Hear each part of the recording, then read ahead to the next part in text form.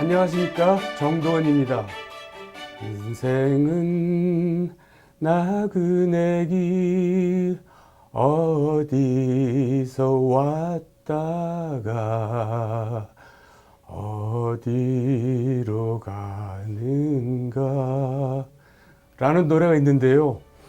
나그네라는 뜻을 살펴보면 자기 고장을 떠나서 다른 곳을 잠시 떠도는 사람이라고 합니다. 우리 인생이 나그네 삶이기도 하지만 정말 우리 곁에 와 있는 나그네들이 있습니다. 바로 외국인 노동자들, 다문화인들인데요. 오늘은 그 나그네들을 사랑으로 섬기고 조금의 꺼리낌도 없이 친구라고 말하는 분을 만나보려고 합니다. 소통, 화통, 능통, 정도원의 통큰 인터뷰 지금 시작하겠습니다. 자, 안녕하세요. 안녕하세요. 네, 나섬 공동체 대표이시고 제한 몽골인 학교 이사장이신 유혜근 목사님 모셨습니다. 네, 귀한 걸음해 주셔서 고맙고요. 고맙습니다. 일단 나섬 공동체 이름은 굉장히 이쁜 이름인데 뜻은 잘 모르겠어요. 이게 뭐 보통 사람들이 그냥 뭐 나눔과 섬김의 준말이냐 이제 그렇게 이야기들 많이 하는데 그게 아니고요. 예. 나그네를 섬기는 공동체라고 하는 그런 말입니다. 그러니까 예, 뭐 나그네를 섬긴다. 네, 예, 네. 딱 들어오네요. 그렇죠. 이제 우리나라에 이제 뭐 다문화 이주민들이 뭐 굉장히 많이 있는데 예. 그냥 통칭하여 지금 우리 정 의원님 나그네 인생 부르셨는데 그냥 나그네라고 불러야 되죠. 네, 사실은 그렇죠. 뭐 우리 사회에 들어와 있는 이주민 나그네들 예. 그 사람들을 좀 우리 사회가 좀 잘 품고 함께 더불어 사는 그런 공동체를 만들어 보자. 그런 의미의 이름입니다. 예, 알겠고요. 지금 대표님께서는 이제 공동체하고 학교뿐만이 아니라 이제 거의 30년 가까이 네. 나그네를 위한 삶을 사신 걸로 제가 알고 있어요.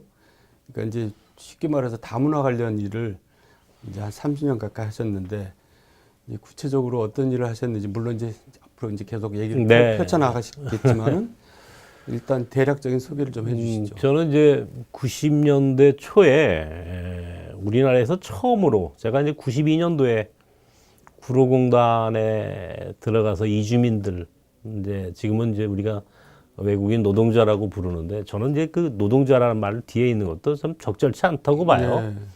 그냥 이주민들하고 함께 더불어 살기 시작해서 지금까지 지금 뭐 거의 한 30년 이렇게 이제 온 거죠. 네. 그런 일들을 해오면서 뭐 지금은 제가 시력을 다 잃었어요. 글쎄요. 네, 저도 놀랐어요. 시력을 다 잃어버리고 굉장히 참 어려운 일들이 많이 있었습니다. 그랬겠죠.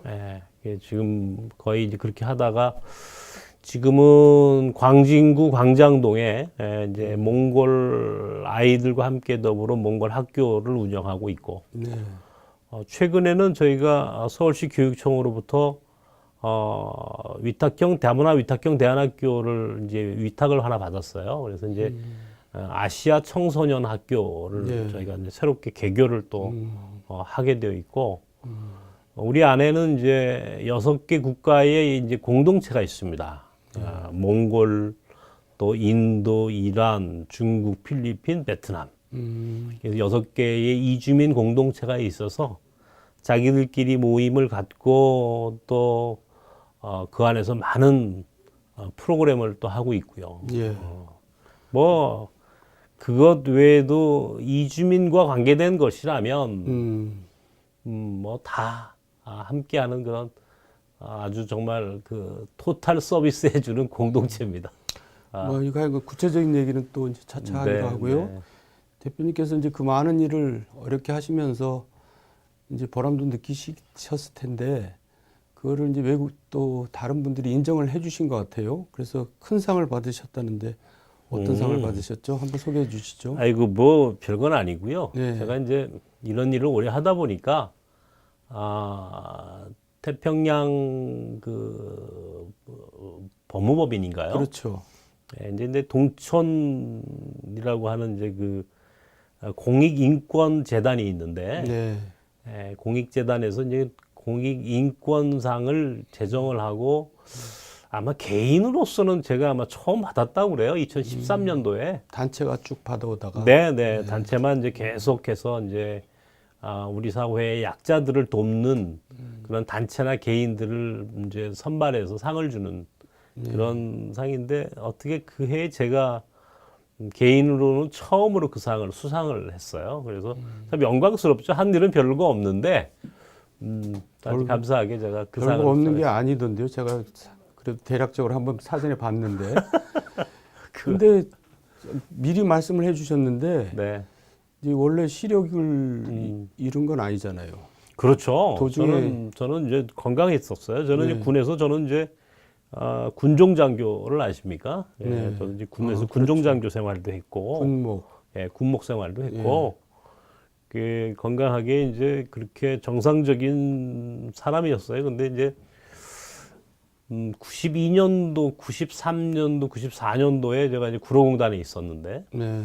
그 기간 동안에 우리 사회의 이주 노동자라고 하는 사람들이 얼마나 어렵게 사는지를 사실 사람들이 상상을 못 합니다. 그때만 해도 또 굉장히 열악했죠. 말도 못 했죠. 수많은 사람들이 죽어나갔고, 굉장히 그런 어려운 사람들과 함께 더불어 살고, 또 그들의 인권, 생존권, 노동권, 이제 이런 문제들 안에 이제 깊숙이 개입을 하고, 또 우리 사회에서 약자들 편에서 살다 보니까 이게 제 안에 분노가 생기는 거예요. 그리고 이제 그런 스트레스와 분노를 조절할 수 있는 그런 성숙함이 제게 없는 거죠. 아이고, 결과적으로 이제 그것이 제 눈으로 터져 나왔어요. 이게 이제 문제가 생겼죠, 눈에. 네. 망막에. 그래서 네. 그때 이제 발병을 해서 중간에 놨다가 네. 제가 다시 이제 또 몽골 학교를 이제 운영을 지금도 하고 있습니다만은 몽골 학교를 세우고 또 학교를 이제 만들어 가는 가운데 굉장히 많은 어려움이 있었어요. 그렇겠죠. 근데 그것이 또 재발을 하더군요. 네. 그 한번 나왔다가 재발을 하니까 그게 급속도로 시력이 떨어지더라고요. 그러니까 무리를 하신 거죠. 네네. 손을 쓸 수 있는 상황을 놓쳤어요. 시간을 놓쳐버리니까 그냥 그대로 뭐 시력이 뚝 떨어져 버리는 거죠. 그래서 지금은 제가 이제 중도 실명자가 됐어요. 실제적으로 이제 보이지 않습니다. 이제 근데 한편에서는 눈이 보이는 것과 보이지 않는 것의 차이를 저는 제가 이제 보였던 삶을 살아봤고 지금은 보이지 않는 삶을 사니까 근데 보이는 것은 좋은가라고 이제 스스로 물어보기도 해요. 그러면 보이지 않는 삶은 대단히 불행하고 또 물론 힘들죠. 인간적으로는 뭐 눈이 보이지 않는다는 건 굉장한 고통입니다. 그런데 한편에서는 내가 눈이 보였으면 잘 살았을까 하는 생각을 하거든요. 근데 눈이 보이지 않았기 때문에 지금 제가 있어요. 보이지 않았다는 것은 제게 불행인 것 같지만 비극인 것 같지만 예. 그러나 한편에서는 그것이 오늘 저를 존재하게 하는 이유입니다. 그건 굉장히 중요한 의미가 그 안에 있다는 것을 제가 발견을 했죠. 예. 약자들과 함께 산다는 것은 결과적으로 제가 뭘 하나 내놔야 돼요. 내 삶에서. 네. 내 삶에서 가장 소중한 것을 내놓지 않고 내가 약자들과 함께 산다? 살지 않는 거예요, 사실은. 내려놔야 돼, 뭐 하나를. 내가 포기할 수 있어야 돼요. 근데 그것 중에 하나가 나는 내 안에 있는 내 삶의 소중한 것들 중에 하나는 내 눈을 놓은 거죠. 내려놓고 나는 내 삶과 바꾼 겁니다. 그들과 함께 살면서. 예. 아유, 대단한 얘기를 해주셨는데요. 저희 같은 사람 부끄럽습니다. 그런 얘기. 그렇죠. 그런데 완전히 실명하신 게 몇 년 되셨어요? 지금부터 한 10여 년 됐어요. 근데도 그 후로도 일은 계속 하셨잖아요. 물론이죠. 예. 눈이 보이지 않는 것 같고 제가 사는 거하고 무슨 상관이 있습니까? 불편하지 않으세요? 불편하죠. 불편한 것하고 사는 것하고는 다른 거잖아요. 불편했다고 죽은 건 아니잖아요. 그리고 또 보니까 동반자가 열심히 도와주시던데요. 그러니까 우리 집사람이 예. 이게 뭐 거의 뭐 늘 24시간 같이 사니까 예. 아주 뭐 그런 면에서 또 복이에요. 진짜 동반자.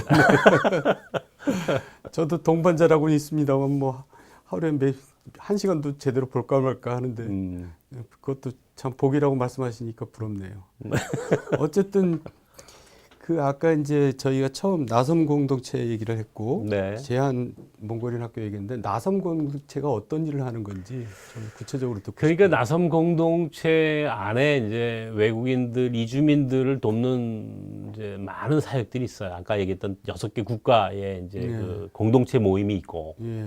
또 그것 중에 하나가 이제 이 몽골 학교의 사역입니다. 몽골 학교는 제가 1999년도에 처음 이제 몽골 학교를 세웠는데 지금은 몽골 사람들이 우리나라에 한 5만 명이 넘어요. 우리나라에 들어와 있는 몽골 사람들만. 전국에 그렇죠. 전국적으로. 이제 몽골 인구 한 300만이 조금 넘는데, 많이 들어와 있는 거죠. 그 중에 5만 명이 넘는다 그러면 뭐 거의 1.5%, 1.6% 이상 되는 거 아니에요? 예. 그러니까 100명 중에 1명 내지 2명은 한국에 와 있는 겁니다. 그렇죠. 굉장한 숫자죠. 근데 몽골 사람들은 전 세계에서 남아있는 거의 그 마지막 유목민족이라고 봐야죠. 네. 그러다 보니까 유목민의 문화적 특징이 가족 단위로 움직이는 거예요. 그 사람들은 집단적으로 이렇게 그 집단 의식보다는 이제 가족이 가장 기초적인 예. 공동체의 단위이고 그러니까 가족끼리 이렇게 생활을 하다 보니까 한국에 오면서도 가족 단위로 이제 한국에 오다 보니까 아이들까지 데리고 들어오고 아, 그렇구나. 두 번째는 대체로 이 몽골로이드의 특징 중에 하나가 뭐냐면 자녀 교육에 대해서 굉장히 관심이 깊다는 겁니다. 아, 그래요. 우리도 마찬가지잖아요. 우리 우리가 한국 또 사람들. 몽고하고 굉장히 아이, 피가 그럼요. 가깝잖아요. 아니 뭐 우리 같은 정 영촌이죠, 영촌. 같은 우리도 몽골로이드예요. 예. 그러니까 이제 한국이 그런 의미에서는 그 사람들이 볼 때는 적어도 한국적 교육의 문화, 교육의 수준이 몽고보다 높다고 생각하는 거죠. 그러니까 이제 그렇게 해서 데리고 들어왔는데 네. 99년도에 IMF가 터지고 97년도에 IMF 터지고 제가 98년도 1월부터 외국인들 노동자들 중에 이제 실직한 오갈 데 없는 사람 노숙하는 외국인들을 위해서 무료급식 사업을 했거든요. 근데 이제 어느 날부터 이제 아이들이 와서 밥을 먹더라고요. 오. 그래서 내가 한 번은 너는 왜 학교 안 가고 여기서 밥 먹냐 이렇게 물었더니 우리는 몽골 아이들이에요 그러더라고요. 그러면서 한국 학교에서 받아주질 않았어요. 그 당시만 하더라도. 그리고 이제 부모들은 다 공장 가서 일을 하니까 아이들이 예. 갈 데가 없으니까 이제 아, 학교를 안 받아줬어요? 뭐 안 받아줬어요. 우리 사회가 이게 지금이 다문화라고 하는 말을 쓰기 시작한 게 불과 몇 년 안 됩니다. 예. 그러니까 학교를 받아주지 않으니까 제가 이제 그 아이들 8명 데리고 처음 한글 학교를 시작했어요. 예. 99년도에. 근데 그렇게 해서 시작한 학교가 지금은 이제 300명이 넘는 학교가 됐죠. 그러면 어떻게 서울에서만 사는 사람들은 아니죠? 아니요, 우리 전국에서 오죠? 전국에서 와요. 예. 전국에서 와가지고 지금 기숙사도 있고 우리 아이들 위해서 아, 기숙사도 있고. 아이들 와서 이제 공부를 해야 되니까 예. 그래서 몽골 정부로부터도 인가를 받았고 몽골 교육부에서도 예. 우리 정부로부터도 2005년도에 서울시 교육청으로부터도 외국인 학교로 정식 인가를 받은 그렇군요. 그러니까 이주 노동자 자녀 학교는 우리 사회에서 유일한 학교입니다. 이게 인가를 받은 정식 학교죠. 그러니까 우리 학교를 졸업하면 우리 몽골 아이들이 학력 인정은 물론이고 네. 우리나라 대학에도 외국인 특례로 입학을 가능하죠. 입학이 가능해서 예. 우리 학교를 졸업한 아이들이 벌써 상당히 많이 배출이 돼가지고 얼마 전에 작년 올 초죠. 올 초에 몽골에서 한번 어떤 아이가 하나 찾아왔어요. 그러더니 몽골 재무부의 사무관이 돼가지고 왔더라고요. 벌써. 네, 재무부의 사무관이 돼가지고 그러니까 대학은 이제 몽골에서 다니는 몽골에서 다녀가지고 뭐 이제 그런 아이도 있고 우리 또 우리나라 대학을 졸업을 해가지고 참 좋은 그 기업에서 한국과 몽골을 이어주는 그 비즈니스의 통로로서 예. 언어가 가능하니까 한국말과 그렇죠. 몽골말이 가능하니까 양쪽이 가능하니까. 예, 그런 아이들로 지금 아주 뭐 굉장한 역할을 하는 아이들이 많이 생겼어요. 그러니까 앞으로 10년 지나 20년쯤 후에는 아마 몽골의 리더들이 나올 겁니다. 좀 구체적으로 설명해 주세요. 그러니까 초, 중, 고 과정이 다 있어요. 다 있어요? 네네. 초등학교 그러니까 한 학년에 클래스가 하나예요. 그러니까 그럼 12학년까지 있는 거죠. 예. 그리고 제가 좀 이건 속된 질문인데 학교를 설립하려면 돈이 많이 들어가잖아요. 그러니까 이 학교를 만들려니까 제가 눈 하나 내놔야죠. 내가 눈 하나를 내놓고 학교를 줬죠. 참 처절한 이게 제가 말씀을 해주시네요. 죽었다 살아났다고 하죠. 제가 네. 이제 그 정도로 고생을 했고, 이건 외국인 학교에 이제 우리 정 의원님도 국회에 계셔서 아시겠지만 외국인에 대한 지원법이 없어요. 이게 우리가 다문화 가정과 외국인과는 다른 개념입니다. 그러니까 다문화라고 하는 개념은 우리나라에서 법적으로 한쪽 부모가 한국 사람이에요. 예. 아빠가 한국 사람이든 엄마가 한국 사람이든. 예. 다문화 가정이라고 하는 것은 한쪽은 한국인이고 한쪽은 외국인인 경우에 그들 사이에 태어난 자녀가 다문화 가정의 아이들이고. 예. 다문화 가정의 개념이 이 한국 사람이 있는 거죠. 근데 그렇죠. 저희 몽골 학교는 다문화가 아니에요. 외국인이에요. 예. 그러니까 양쪽 부모가 다 몽골 사람이니까 우리나라 그 법에 외국인 학교에 대한 지원법이 없어요. 인가만 내줄 것뿐이지. 그러니까 정부로부터 아무런 지원을 받지 못합니다. 어이구. 완전 사각지대에 있는 거예요, 우리 학교는. 그러니까 교사 봉급 같은 것도 그건 다 저희가 줘야 되는 거예요. 그러니까 지금도 몽골에서 교사가 우리가 지금 몽골 교사만 17명이 있고 네. 한국 교사까지 하면은 뭐 제가 몇 명인지 몰라요, 사실은. 어이구. 그러니까 월급을 주고 학교를 운영하고 이제 이렇게 해야 되는 게 이거 뭐 보통 어려운 일이 아니죠. 지금도 뭐 제가 뭐 바닥에서 정말 처절하게 삽니다. 그렇겠네요. 그래서 우리 근데 정 의원님 많이 도와주셔야 돼요. 그 진짜 정부에서 지원을 해도 시원찮은데 지원이 없다는 얘기 들으니까 조금 제가 생각해도 그냥 그건 좀 의외네요. 그렇죠. 다문화 예, 가정은 정부가 할 일을 대신하고 있는 거나 마찬가지죠. 다문화 가정은 한국 가정이에요. 예. 그러니까 우리 그렇죠. 국민이 세금을 냈으니까 그 아이들을 돕고 다문화 가정 지원해주는 다문화 복지 사업이라는 게 굉장히 많이 지금 하고 있죠. 우리 정부가. 근데 외국인이라고 하는 그 우리 몽골 학교 같은 경우 외국인이라는 이유로 사실은 아무런 지원을 받을 수가 없어요. 그러니까 어떤 사람들은 왜 한국 사람이 세금 내서 외국 아이들한테 그 공부를 시켜줘야 돼요? 라고 묻는 경우가 있어요. 한편에서 맞는 얘기 같아요. 그죠? 한편은 맞는 얘기인데 예. 세상이 달라졌잖아요. 달라졌죠, 이제는. 이 세상의 변화라고 하는 게 지금 전 세계가 이주민의 시대인데 그리고 우리 혼자 사는 세상이 아니거든요. 그리고 늘 저도 얘기하지만 이주민이 없으면 앞으로 우리나라 지탱하기 힘들어요. 그러면 인구가 계속 주는 감소하니까. 거예요. 그러면 저출산의 초고령 사회 예. 앞으로 아마 이 생산 가능 인구, 경제 활동 인구 중에 노동력으로 실제로 우리 사회를 지속 가능하게 할 수 있는 그런 인구가 없어요. 그죠? 없죠. 저기 지금부터 이제 출산율이 사망률보다 줄어들고 있어요. 그러면 재앙이 닥치고 있는 거죠. 앞으로 이게 우리나라가 이런 식으로 하면 어느 순간에 국민이 없어진다는 거 아닙니까? 200 몇십 예. 년 가면은 그러니까 우리 사회가 이제 혼자 사는 세상을 아직도 그렇게 고집스레 이 배타적 민족주의라고 저는 생각하는데 이런 민족주의적이고 이런 배타적인 그런 문화로서는 우리 사회가 오래 갈 수 있는 사회로 만들어 갈 수 없어요. 그러니까 이주민들 받아들여야 돼요. 그러려면 예. 외국인이냐 한국 사람이냐 이런 구별 자체가 무의미하다는 거죠. 그렇죠. 그러니까 다문화라는 말도 어떻게 보면 좀 불편한 얘기네요. 그러니까 다문화 용어 자체가 사실 예. 써서는 안 되는 용어입니다. 어떡하죠? 우리 TV 제목 이름이 다문화인데 이제 이 방송국 이름 바꾸는 게 옳죠. 고민을 좀 해봐야겠네요. 사실은 바꾸는 게 옳습니다. 예. 그리고 이제 얘기가 다시 또 원점으로 한번 돌아가 보면 대표님께서 세상 일이라는 게 다 계기가 있는 건데 그 90년대 초만 해도 정말 이주민이라는 게 굉장히 낯선 존재고 그렇죠. 이주민 정책이라는 것도 당연히 없고 또 거기다가 구로공단이라는 데가 얼마나 열악한 환경입니까? 그건 우리 자국민한테도 열악한 환경이거든요. 인권의 그렇죠. 사각지대였고 아주 잔인한 노동 현장이었는데 거기 가서 일을 시작하게 된 어떤 그러니까 계기가 있을 거 아닙니까? 있었어요. 제가 이제 90년도에 이제 군에서 군종장교로 전역을 했는데, 제가 이제 뭐 세상적인 말로는 이제 목사란 말이죠. 그 사람들이 저한테 뭐 무슨 일 하겠느냐 이제 많은 사람들이 관심 갖고 물었어요. 그러니까 이제 한국 사회에서 이제 교회 목사 그러면 딱 교회 가서 목회하면 딱 맞는 직업인데 저는 관심이 없어요 원래 그런 일에는. 그것보다는 이제 제가 늘 하는 말로 최고가 아니라 최초가 되겠다. 네. 다른 사람이 했던 건 안 한다. 네.